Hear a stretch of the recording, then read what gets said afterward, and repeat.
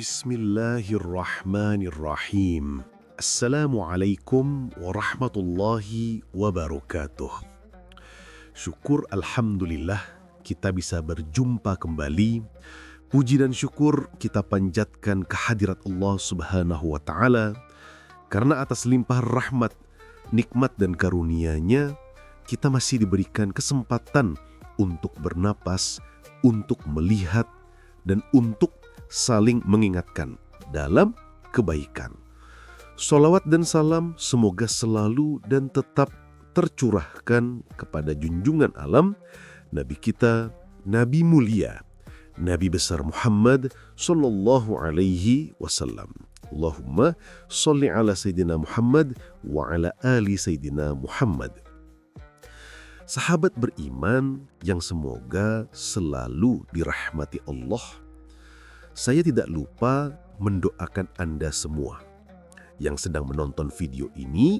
Semoga Allah senantiasa memberikan Anda kesehatan yang sempurna, keafiatan yang paripurna. Semoga Allah panjangkan umur Anda dalam ketaatan, Allah mudahkan rezeki Anda, dan Allah mudahkan segala urusan Anda di dunia dan di akhirat. Amin Allahumma amin. Sahabat beriman, kita semua pasti pernah atau bahkan sering memberi.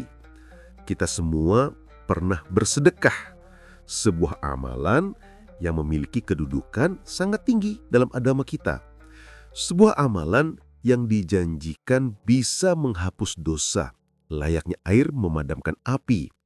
Sebuah amalan yang konon bisa menolak bala, melapangkan rezeki, dan menjadi naungan kita di hari kiamat.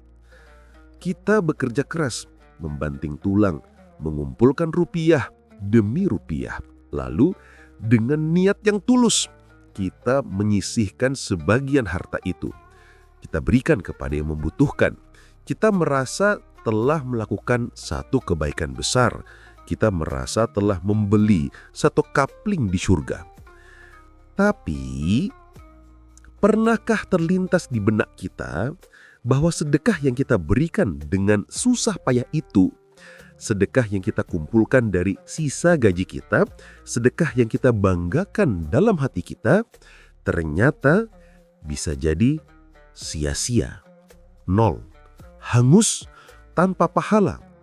Bagaimana bisa sebuah amal yang begitu agung bisa hancur tak bersisa?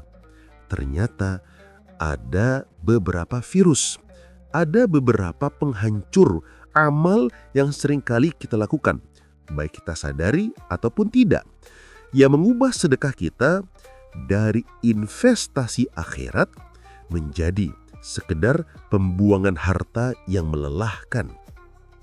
Sebelum kita bongkar lebih dalam tentang apa saja kesalahan-kesalahan fatal yang bisa menghanguskan pahala sedekah ini, kami ingin mengajak Anda, sahabat beriman, untuk sejenak mendukung dakwah digital ini agar lingkaran kebaikan ini tidak berhenti di Anda. Caranya sangat mudah. Cukup dengan menekan tombol like agar video ini bisa tersebar lebih luas lagi. Tuliskan di kolom komentar doa Anda atau pandangan Anda. Dan yang paling penting, tekan tombol subscribe dan nyalakan lonceng notifikasinya agar kita bisa terus terhubung dalam kajian-kajian yang bermanfaat. Sahabat beriman, mari kita mulai investigasi kita. Kesalahan pertama dan mungkin yang paling sering kita temui adalah apa yang disebut dengan al-mannu wal-adha. Bayangkan sebuah skenario. Anda pernah membantu seorang kawan, seorang sahabat yang sedang berada di titik terendah hidupnya. Ia terlilit hutang, ia tidak bisa membayar biaya sekolah anaknya. Lalu Anda datang, Anda ulurkan bantuan, Anda berikan sejumlah uang yang cukup besar. Ia menangis, berterima kasih, mendoakan Anda. Anda merasa seperti pahlawan. Bulan berganti bulan, tahun berganti tahun. Suatu hari, karena satu dan lain hal, Anda terlibat selisih paham dengannya. Sebuah perdebatan kecil yang memanas. Apa yang tiba-tiba keluar dari lisan Anda? Kamu itu tidak tahu terima kasih. Kamu lupa ya? Dulu, waktu kamu susah, siapa yang bantu? Kalau bukan karena saya, anak kamu mungkin sudah putus sekolah. Kamu tidak tahu diuntung. Sahabat beriman, detik itu juga, di momen itu juga, pahala sedekah yang dulu Anda berikan hangus, lenyap, terbakar, habis tak bersisa. Inilah dia penghancur pahala yang pertama, mengungkit-ungkit pemberian dan menyakiti hati si penerima. Kita merasa telah berjasa, kita merasa berhak untuk mengontrol hidupnya. Kita merasa dia harus berhutang budi seumur hidup kepada kita. Sikap inilah yang sangat-sangat dibenci oleh Allah. Allah dengan sangat tegas memperingatkan kita dalam Al-Quran, dalam surah Al-Baqarah ayat 264. Allah berfirman, Ya ayyuhallazina amanu la tubtilu sadaqatikum bil manni wal adha. Yang artinya, wahai orang-orang yang beriman, janganlah kamu merusak, mengatik dan menghancurkan pahala sedekahmu dengan menyebut-nyebutnya dan menyakiti perasaan si penerima. Al-adha. Ayat ini begitu jelas, begitu tajam, menggunakan kata la tubtilu. Jangan kamu batalkan, jangan kamu hapuskan. Allah tidak melarang kita bersedekah. Allah melarang kita menghancurkan pahala dari sedekah itu sendiri. Al-man, mengungkit-ungkit, al-adha, menyakiti. Dua hal ini adalah racun. Racun yang membakar ladang amal kita, yang membuat putusnya tali silaturahim, dan yang paling parah, kita mendapat murka Allah. Na'udzubillah. Namun sahabat beriman, bukan hanya lisan yang tajam yang bisa menghanguskan pahala sedekah. Ada penyakit lain yang jauh lebih tersembunyi, jauh lebih halus, tapi daya hancurnya ribuan kali lebih dahsyat. Ia adalah virus yang menyerang langsung ke dalam niat kita. Inilah dia penghancur pahala yang kedua, riya, pamer. Bersedekah bukan karena mencari ridha Allah, tapi bersedekah karena ingin dilihat manusia. Bersedekah karena agar disebut dermawan. Bersedekah agar dipuji-puji di media sosial. Bersedekah untuk konten. Bersedekah untuk mendapatkan penghargaan. Ada sebuah hadis panjang yang begitu menakutkan yang diriwayatkan oleh Imam Muslim, menceritakan tentang 3 golongan manusia. Yang pertama kali dihisap dan yang pertama kali diseret lalu dilempar ke dalam api neraka. Salah satunya adalah seseorang yang Allah berikan kelapangan rezeki, Allah berikan harta yang melimpah, lalu ia didatangkan di hadapan Allah. Allah bertanya, apa yang telah engkau lakukan dengan nikmat-nikmat itu? Ia menjawab, ya Allah, tidak ada satupun jalan yang engkau cintai kecuali aku berinfak di jalan itu semata-mata karena engkau. Sahabat beriman, apa jawaban Allah? Allah berkata, kadzabta, engkau bohong. Engkau berinfak, engkau bersedekah supaya engkau disebut sebagai jawad, seorang yang dermawan, seorang yang murah hati, dan engkau telah mendapatkan sebutan itu saat di dunia. Lalu diperintahkan malaikat untuk menyeret wajahnya dan melemparkannya ke dalam neraka. Pujian manusia adalah candu. Ia begitu manis, begitu memabukkan, tapi ia sementara dan ia bisa menukar surga kita dengan neraka. Sedekah yang didasari oleh riya bagaikan debu di atas batu yang licin. Indah terlihat dari jauh, tapi ketika hujan hisab datang, tak ada yang tersisa. Lenyap. Menjaga niat memang berat, tapi ada lagi satu perangkap yang seringkali kita tidak sadari, yaitu perangkap perhitungan, perangkap rasa kikir. Kita begitu mudah mengeluarkan uang ratusan ribu rupiah untuk secangkir kopi di kafe ternama. Kita begitu mudah menghabiskan jutaan rupiah untuk gadget terbaru atau untuk liburan. Tapi ketika ada kotak amal lewat di depan kita, atau ketika ada seorang pengemis menadahkan tangannya, apa yang kita cari di dalam dompet kita? Uang yang paling kecil, uang yang sudah lecok, uang yang kalaupun hilang, kita tidak akan sedih. Atau mungkin kita memberi 10.000, tapi hati kita resah. Aduh, tadi kebanyakan nggak ya? Nanti uang belanja cukup nggak ya sampai akhir bulan?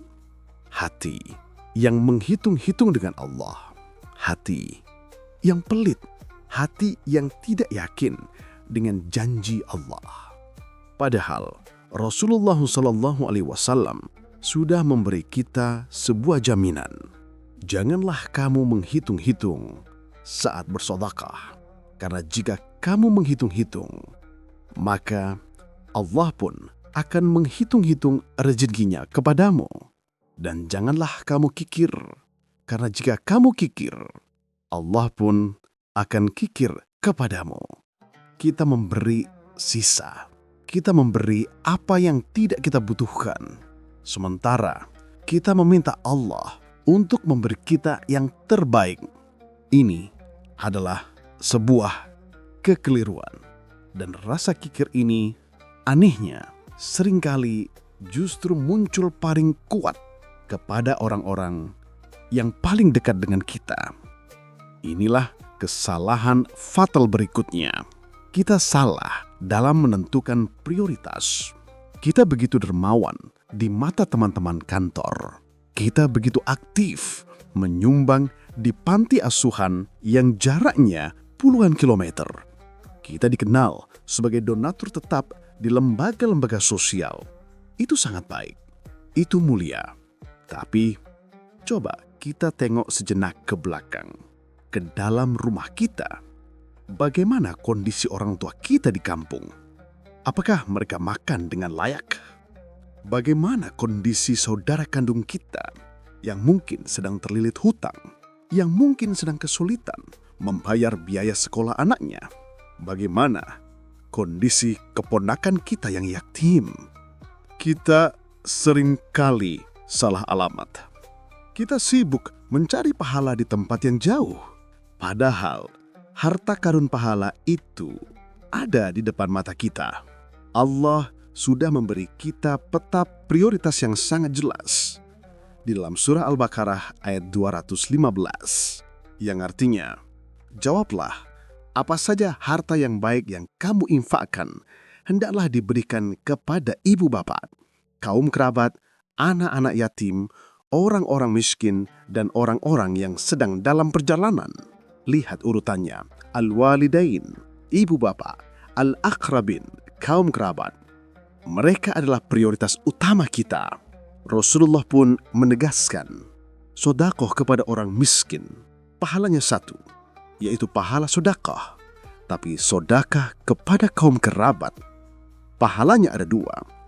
Pahala sedekah dan pahala menyambung tali silaturahim. Jangan sampai kita sibuk membangun istana untuk orang lain, sementara rumah orang tua kita nyaris roboh. Memprioritaskan keluarga adalah sebuah keharusan, dan itu harus dilakukan sekarang, bukan nanti, bukan menunggu, karena penundaan adalah kesalahan fatal yang terakhir, menunda-nunda sedekah. Kita sering berkata pada diri kita sendiri, nantilah aku bersedekah kalau sudah kaya. Nantilah kalau gajiku sudah 2 digit. Nantilah kalau sudah mapan. Nantilah kalau sudah pensiun. Kita menimbun harta. Kita takut miskin.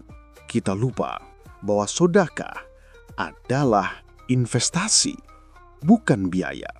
Kita terus menunda hingga akhirnya kita baru terpikir untuk terus bersedekah saat kita terbaring lemah tak berdaya di ranjang rumah sakit, saat dokter sudah angkat tangan, saat penyakit sudah menggerogoti seluruh tubuh kita, atau saat malaikat maut sudah ada di depan mata kita, saat nyawa sudah sampai di kerongkongan, barulah kita panik. Kita berteriak kepada ahli waris kita, "Tolong, bagikan sepertiga hartaku untuk si fulan. Tolong, sumbangkan mobil itu untuk masjid. Tolong, jual tanah itu dan berikan kepada anak yatim." Sahabat beriman, terlambat, sudah terlambat. Rasulullah Shallallahu Alaihi Wasallam bersabda dalam hadis riwayat Bukhari, sedekah yang paling utama, pahalanya yang paling besar adalah sedekah yang engkau keluarkan wa anta sahihun syahih, saat engkau masih sehat, saat engkau masih bugar, dan saat engkau syahih, saat engkau masih kikir, masih takut miskin, saat engkau masih berangan-angan untuk menjadi kaya. Itulah sedekah terbaik. Bukan saat ruh sudah sampai di kerongkongan, lalu engkau berkata, "Ini untuk si fulan, itu untuk si fulan." Padahal harta itu sudah bukan lagi milikmu. Harta itu sudah menjadi hak ahli warismu. Sahabat beriman yang dimuliakan Allah, 5 jebakan, 5 perangkap, mengungkit-ngungkit, ria, kikir dan perhitungan, salah dalam menentukan prioritas, dan menunda-nunda. 5 hal ini bagaikan lubang yang tak terlihat di dalam kantong amal kita. Kita sibuk mengisinya setiap hari, tapi kita tidak sadar bahwa kantong itu bocor dan semua tumpah sia-sia. Mari kita berhenti sejenak. Kita evaluasi kembali setiap rupiah yang kita keluarkan. Untuk siapa, karena apa, dan bagaimana cara kita memberikannya.